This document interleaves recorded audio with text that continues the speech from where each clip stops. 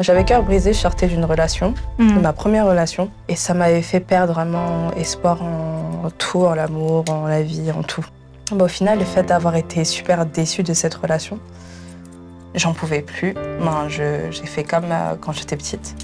Je suis allée dans ma chambre, il y avait personne chez moi, et j'ai crié à Dieu, j'ai pleuré à Dieu, mais en fait, à un moment donné, j'ai senti vraiment la présence de Dieu entrer en moi. En fait, j'ai senti une chaleur m'entourer, quelque chose que j'avais jamais vécu, une consolation, une énorme consolation. Et à partir de ce moment-là, ma vie, elle était plus pareille. Ça m'a complètement changée.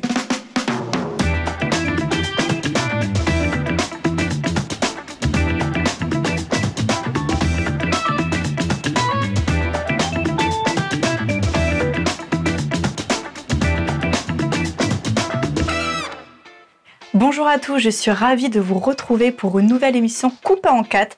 Alors comme toujours, on va recevoir une nouvelle invitée qui va non seulement se faire relooker, mais qui va aussi nous raconter son histoire. Et la femme qui va se livrer aujourd'hui s'est sentie rejetée et incomprise. Elle a dû renoncer à ses désirs charnels. Aujourd'hui pleinement épanouie et vice-championne olympique du 100 mètres haies, on va découvrir ensemble le témoignage de Sirena Samba Mayela. Bonjour Sirena. Bonjour. Tu vas bien? Ça va, merci et toi? Oui, ça va. C'est un plaisir, Sirena, de t'avoir dans le fauteuil de Coupé en 4 aujourd'hui. On va découvrir ensemble ton histoire et on va découvrir justement comment Dieu a transformé ta vie et comment il a agi pour toi pour que tu deviennes la femme et la championne que tu es aujourd'hui. Mais avant de rentrer dans le vif du sujet, Sirena, dis-moi qu'est-ce que tu voudrais que je fasse avec tes cheveux? Alors aujourd'hui, j'aimerais un lissage. Oui. Un lissage simple avec une raie sur le côté. Ok. Donc je te fais un beau petit... Bon, je te coupe un petit peu les pointes, légèrement. S'il y a des fourches, ouais. Je veux bien, ouais. Très légèrement. Et je te fais un beau petit brushing lisse. Ok. D'accord, donc revenons à ton histoire, Sirena. Tu viens de la région parisienne et tu es actuellement en bachelor design d'espace. Et tu es née dans une famille catholique avec 6 frères et sœurs. C'est ça. Et il faut bien le rappeler qu'aujourd'hui, tu es aussi une athlète professionnelle. Oui, donc là j'étais au JO à Paris cette année. Ok, donc tu as participé aux Jeux Olympiques 2024. C'est ça, à et Paris. Du coup je suis vice-championne olympique du 100 mètres haies. Waouh! Et il faut le dire que aujourd'hui tu es vice-championne olympique, mais tu as commencé à l'âge de 15 ans. Donc on peut dire que c'est assez tard le fait d'avoir commencé à 15 ans. Ouais, carrément. Comment tu expliques ça? Tu avais fait un autre sport avant? J'ai fait d'autres sports, j'ai fait de la gymnastique, j'ai fait du patinage artistique, j'ai fait un peu de judo, un peu de basket. Mais c'est vrai que de base, j'étais plus orientée vers les sports artistiques. Mais mes parents tenaient à ce que je fasse de l'athlé parce que c'était quand même un sport de famille, puisque mes deux parents ont été athlètes dans leur jeunesse. D'accord. Et du coup, ils m'ont dit, il faut que tu tentes. J'ai pas aimé tout de suite, mais par contre, dès que ça a commencé, ça a commencé, on y est jusqu'à aujourd'hui. T'as foncé, j'ai pas lâché. Et finalement, c'est un sport passion pour toi? C'est ça. Ouais. C'est vraiment mon école de vie. Ok. Et d'ailleurs, ta maman, pour revenir au passé, ta maman priait beaucoup pour toi. Oui. Quand tu étais petite, elle t'emmenait souvent à l'église et pourtant, toi, tu avais l'impression de vivre dans un monde un peu beaucoup trop dur, au point où tu décides de créer ton propre monde. C'est ça. Donc, depuis que je suis petite, j'ai tout fait à l'église. Je m'y accrochais beaucoup parce que, justement, j'ai très tôt ressenti comme si j'avais pas vraiment ma place dans ce monde. C'est un peu bizarre parce que mes parents m'ont bien éduquée, ils sont toujours bien occupés de moi. Ouais. J'ai une grosse famille, donc j'ai jamais eu à me sentir vraiment seule. Il n'y avait pas de raison pour. C'est ça, mais je ressentais quand même du rejet quelque part, comme si je n'étais pas censée être là. Et quand j'étais à l'école, même très jeune, j'ai même des souvenirs de quand j'étais à la crèche, j'ai toujours eu un sentiment de devoir faire de l'effort pour pouvoir m'intégrer. Et ne jamais réussir à vraiment m'intégrer dans des groupes, où à chaque fois, lorsque j'y parvenais, ça ne durait pas très longtemps, je pouvais avoir des trahisons, etc., qui me faisaient très mal au cœur, en fait. Tu te sentais isolée? C'est ça. Seule? Je me sentais beaucoup isolée, donc j'ai grandi assez introvertie, mais toujours vers un désir de vouloir trouver ma place dans ce monde, quelque part. Et Mais ça restait tellement difficile, en fait, qu'au final, je me réfugiais dans mon imagination, dans le dessin. Je passais énormément de temps à dessiner et à exprimer ce que je ressentais au travers de mon crayon. D'accord. Et toi, la phrase, il y avait une phrase que tu te disais souvent, c'était que tu fuirais d'où tu viens et qu'un jour tu te créerais la vie que tu veux vraiment. Oui, carrément. J'avais pour ambition d'un jour me créer une grosse vie et de réussir dans quelque chose et d'aller carrément m'isoler sur une île un jour. Ah ouais, à ce point-là? Quand j'étais petite, c'est ce que je voulais faire. Ok.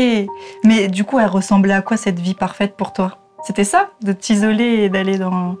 Ouais, c'était de pouvoir réussir, de pouvoir être libre et de ne pas avoir justement à comment dire, à correspondre à ce monde avec les attentes qu'il y avait, de se comporter d'une certaine manière, d'être un peu malin, un peu fauve. Pour rentrer dans le moule. C'est ça exactement, pour rentrer dans le moule. Parce que c'était vraiment ce qui m'était renvoyé, en tout cas, de par l'école, avant, quand j'étais jeune. Le fait de devoir être cool, etc. Et moi, j'ai grandi en étant une personne très, très sincère, avec un gros cœur. Et je voulais juste aimer les gens, en fait. Je voulais juste aimer les gens et être gentil, être authentique. Toi-même, rester toi-même, quoi. C'est ça. Mais dès l'enfance, c'est pas... On va dire que c'est pas vraiment ce qui est mis en avant. En tout cas, les parents essayent de l'inculquer, mais les enfants, c'est pas trop leur truc. Et c'est là où je me retrouvais pas. Donc je me disais, écoute, crée-toi la vie qu'il faut pour que tu ne sois pas dépendante et que tu ne vives pas avec les gens. Et le jour où tu auras assez de ressources pour pouvoir t'en aller, tu t'en vas et tu fermes la porte à tout le monde. T'avais hâte du coup de vivre cette liberté, d'être libre, de... Ouais. Prendre ton indépendance finalement? C'est ça. J'avais plus confiance en l'humain. J'étais très très pessimiste de l'humanité. Je vais pouvoir m'isoler. Ouais. Donc en effet, Sirena, toi tu as vécu ta jeunesse au travers de ce monde un peu irréel que tu avais créé justement intérieurement. Un monde tout de même loin du cœur de Dieu, puisque l'amour tu le cherchais ailleurs, toi. Si c'est bien ça. C'est ça. Alors comment as-tu été touchée par l'amour de Dieu finalement? Eh bien, c'est ce que nous allons découvrir dans la partie coupe de cette émission coupée en 4. Alors, Sirena, toi, quand tu étais petite et que tu te retrouvais dans une situation de détresse, tu faisais appel à Dieu, tu priais et tu dis qu'il te délivrait. Ouais. Alors, ça m'est arrivé souvent, je sais pas, quand je faisais des bêtises, par exemple, et de savoir que j'allais me faire corriger, que j'ai tellement peur que je me mette à prier. Je me mette à prier dans ma chambre, que je ferme la porte et puis que je crie à l'aide à Dieu. Et je me souviens qu'à chaque fois, au final, j'évitais la terreur qui devait suivre. Et, il répondait à tes prières. C'est ça, il répondait à mes prières et c'était une grosse conviction que j'avais. C'était vraiment une grosse conviction parce que je me disais, c'est bizarre, normalement ça se passe autrement, c'est que vraiment Dieu m'a aidée, quoi. Et donc oui, on va dire que quand j'étais petite, j'avais une petite relation avec Dieu, mais c'était plus la connaissance qu'il était là et qu'il pouvait me sauver, mais il y avait quand même énormément de distance. D'accord. Mais c'est seulement du coup à l'âge de tes 16 ans que tu vivras une vraie rencontre avec Dieu? Alors, l'année de mes 16 ans, du coup en 2016, mais à l'époque j'avais encore 15 ans. Et à ce moment-là, je suis passée par un énorme brisement. J'avais cœur brisé, je sortais d'une relation, de ma première relation. Et ça m'avait fait perdre vraiment espoir en tout, en l'amour, en la vie, en tout. Parce que je n'étais pas forcément préparée à ça.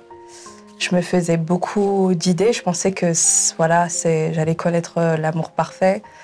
J'avais perdu en plus des amis dans cette période-là. J'avais vraiment tout tourné autour de ça. Et au final, le fait d'avoir été super déçue de cette relation, ça m'a vraiment énormément brisé le cœur. J'ai l'impression que le peu d'espoir que j'avais vraiment tout perdu à ce moment-là. Et je me souviens du jour où j'en pouvais plus. J'ai fait comme quand j'étais petite. Je suis allée dans ma chambre, il y avait personne chez moi. Et j'ai crié à Dieu, j'ai pleuré à Dieu. Et voilà, c'était beaucoup de larmes. Mais en fait, à un moment donné, j'ai senti vraiment la présence de Dieu entrer en moi. En fait, j'ai senti une chaleur m'entourer, quelque chose que j'avais jamais vécu. Et une consolation, une énorme consolation. Et à partir de ce moment-là, ma vie, elle était plus pareille. Ça m'a complètement changée. À l'époque, je ne savais pas ce qui m'était arrivé, mais en rencontrant des chrétiens sur mon passage, en leur expliquant que voilà, je comprends plus pourquoi je fais plus comme ça, pourquoi je me comporte plus comme ça, etc. Pourquoi je suis accro à la Bible, pourquoi j'arrête pas de lire, pourquoi j'arrête pas de vouloir chercher Jésus partout.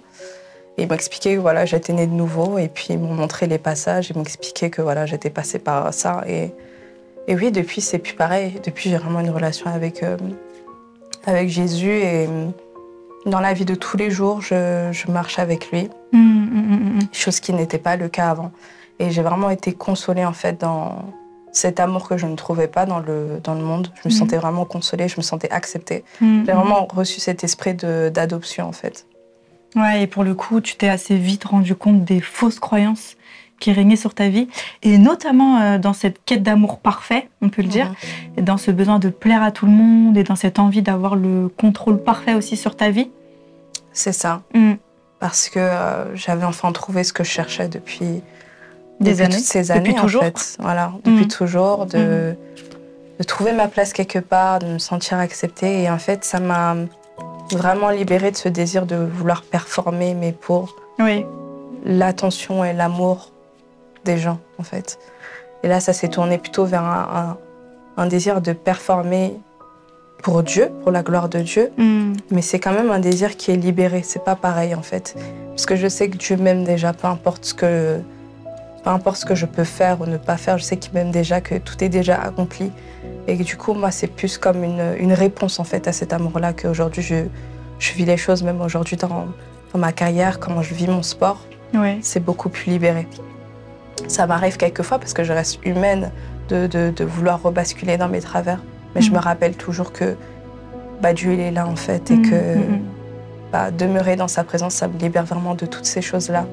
Là où avant, il n'y avait pas d'espoir, en fait. Il n'y avait pas d'espoir, et c'était toujours plus frustrant parce que l'humain reste toujours insatisfait. Donc, c'était un désir insatiable que j'avais à l'époque. Là où maintenant, c'est autre chose, c'est tout autre.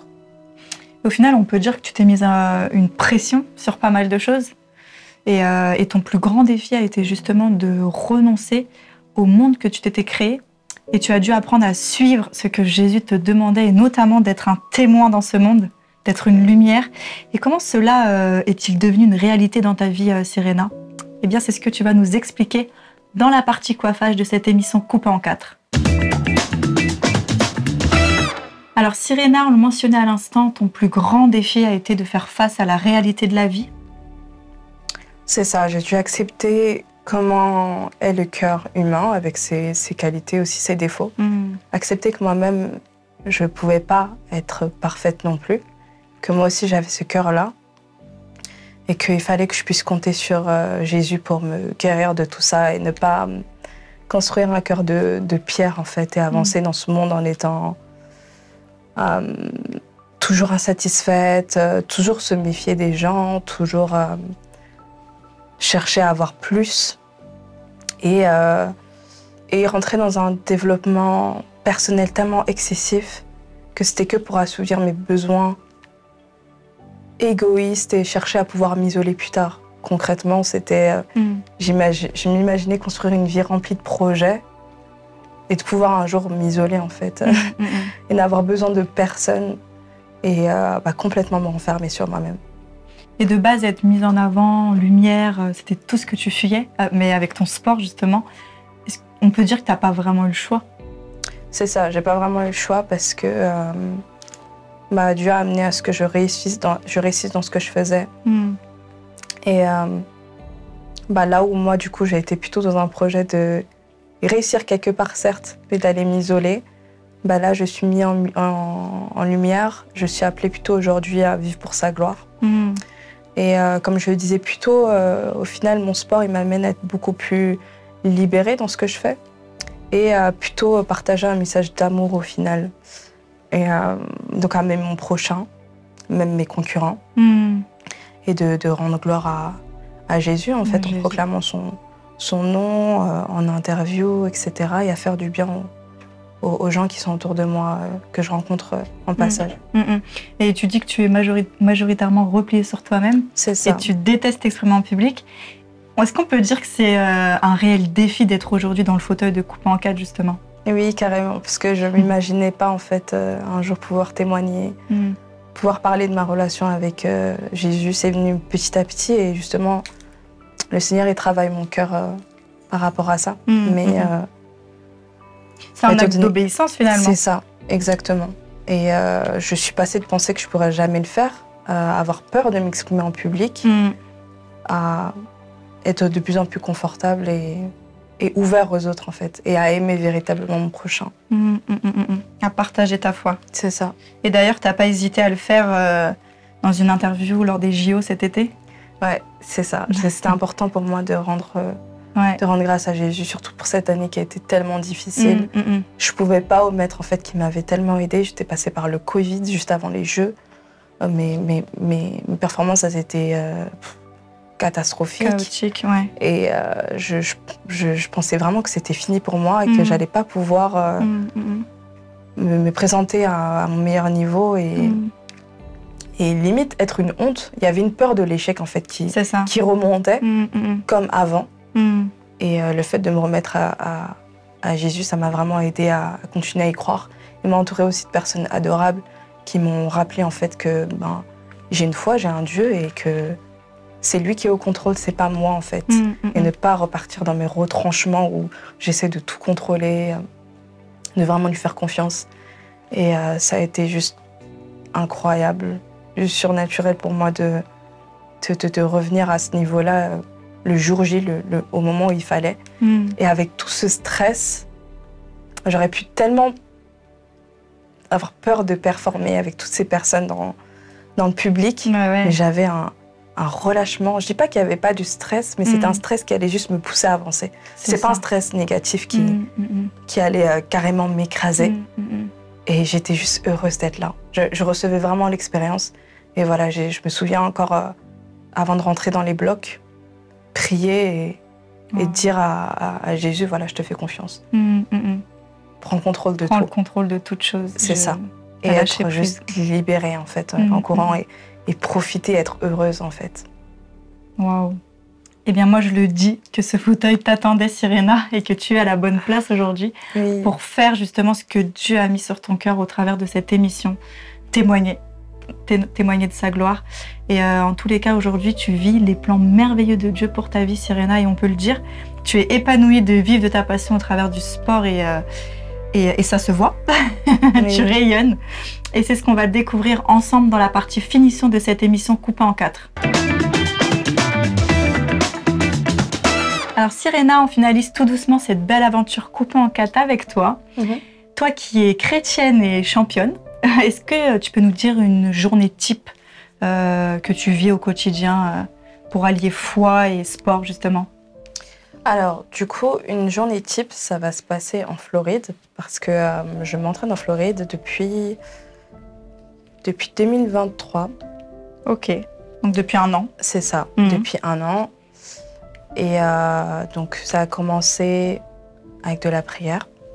C'est important pour moi de pouvoir remettre ma journée à Dieu. Bien sûr. Pour que j'avance pas avec moi-même mes propres objectifs. Forces. C'est ça, mes propres forces surtout. Donc, une journée de prière, on commence avec Dieu, avec la parole aussi, pouvoir m'équiper. Ensuite, j'ai des journées très très longues. Sur une journée où j'ai un seul entraînement, je vais m'entraîner le matin. Ça va durer 4 heures, mais une journée où... 4 heures. C'est ça. 4 heures d'entraînement. Ouais, 4 heures d'entraînement. Mais une journée où j'ai 2 entraînements dans la journée, ça va jusqu'à 8 heures. 8 heures. C'est ça. Mais comment tu fais pour tenir, pour pas avoir ce sentiment de vouloir abandonner ou lâcher? Qu'est-ce qui te fait tenir à ce moment-là? Parce que c'est quand même énorme, ça demande beaucoup pour le corps, 8 heures de sport. Il y a toute une discipline en fait que j'apprends dans ce sport-là, toute une routine qui se fait. Oui. Et avec l'habitude, ça va. Mais ma foi, elle aide beaucoup. Parce que quand même si je suis jamais certaine de là où ça va me mener, j'ai quand même foi que le Seigneur m'amènera toujours dans un plan qui finira bien, que je fais pas tout ça pour rien et que ça me servira forcément en fait. Donc voilà, j'avance en me disant que je fais tout ça pour sa gloire aussi, parce que ça m'arrive quand même d'avoir des moments où de relâchement, de relâchement, mais aussi des moments où tu te dis mais pourquoi tu fais ça, où tu es fatigué, où tu es tellement poussé à bout que tu as envie de craquer.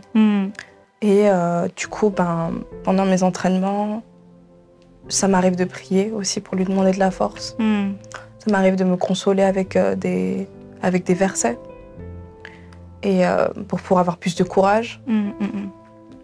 Mais ouais, voilà. Par exemple, là, cet été au JO, avant de monter sur la piste, tu étais en train de prier. C'est ça.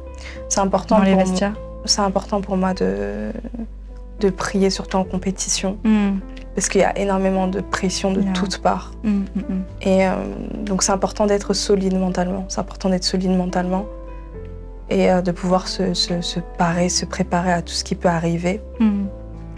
Rester concentrée, rester heureuse d'être là et ne pas se laisser étouffer par le stress, se laisser étouffer par la peur de ce qui peut arriver. Et donc c'est des moments où je vais être très en prière, dans mes écouteurs. J'ai beaucoup de musique et ça va tourner autour de musique de louange, d'adoration, gospel, qui vont me tonifier, me permettre d'être contente de pratiquer, de me rappeler qu'en fait c'est une grâce de pouvoir travailler, de pouvoir faire ce que je fais aujourd'hui. Et tout ça pour la gloire de Dieu en fait. Et d'être juste heureuse de pratiquer, ne pas être justement sous le joug de la peur, sous le joug de la réussite, mais la réussite du monde, en fait. Donc voilà. En tout cas, Serena, moi, je trouve que ton témoignage est si encourageant, car tu as réussi à placer toute ta confiance en Dieu dans tous les domaines de ta vie. Et tu peux le proclamer, comme l'apôtre Paul le disait dans Philippiens 3, verset 14. « Je cours vers le but pour remporter le prix de la vocation céleste de Dieu en Jésus-Christ. » Et moi, je suis tellement fière de ton parcours, Serena, et je suis sûre que ton histoire encourage beaucoup de personnes encore aujourd'hui. Les personnes nous le diront dans les commentaires. Et maintenant, Serena, je t'annonce une bonne nouvelle, puisque tu vas pouvoir enfin te découvrir dans le miroir. Tu vas voir ta nouvelle coiffure. Ok. Et de notre côté, t'as hâte, hein. Et de notre côté, on va pouvoir avoir un petit conseil de ta part, et ça sera dans la partie découverte de cette émission Coupe en 4. Alors surtout, ne bougez pas. Alors Serena, nous voici à la dernière étape de cette émission. C'est la découverte. Tu vas pouvoir te découvrir à présent. Allons-y. Waouh. Ah, j'aime trop. Ouais, ça te va trop bien. Franchement, t'es trop belle. Merci. Waouh. Oh, j'aime trop. Ouais. Du coup, j'ai fait un beau brushing. Je te l'ai rentré à l'intérieur pour bien mettre tout ton visage en valeur. Ah, c'est super. Merci. C'est trop belle. Merci. Alors, Serena, on aime bien que les personnes qui témoignent dans Coupé en 4 puissent donner un conseil à toutes les personnes qui regardent l'émission depuis le début. Pour toi, quel serait ce conseil aujourd'hui ?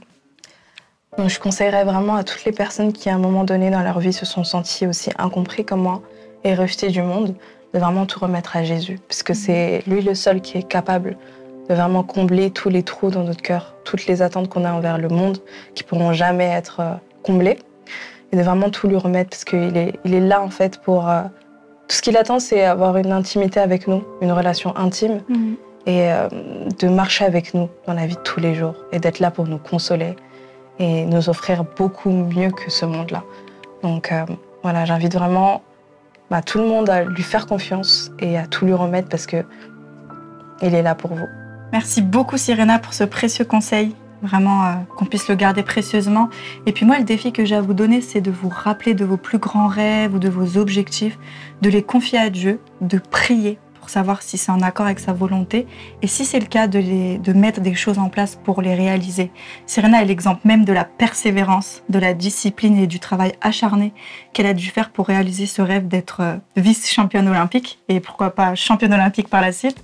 Si Dieu veut, amen. Alors je vous encourage à croire en vos rêves et en vos objectifs, à croire en vous surtout et à tout mettre en œuvre pour atteindre la réussite et la victoire dans ce que vous entreprenez. À côté de ça, Serena, je te remercie pour ton passage dans notre émission. C'était vraiment un réel plaisir et un honneur de t'avoir avec nous dans Coupé en 4. Et si le témoignage de Serena vous a touché et vous a parlé, n'hésitez pas non seulement à laisser des commentaires sous la vidéo, mais aussi à partager cette émission autour de vous. Vous pouvez également, je vous le rappelle, vous abonner à la chaîne YouTube de Coupé en 4 pour continuer de découvrir encore d'autres témoignages de foi. Et puis bien sûr, je vous donne rendez-vous très bientôt pour une nouvelle émission Coupé en 4 avec un nouvel invité qui nous racontera son témoignage de foi et qui profitera aussi d'une petite transformation capillaire, tout comme Serena aujourd'hui. Alors à bientôt, bye bye.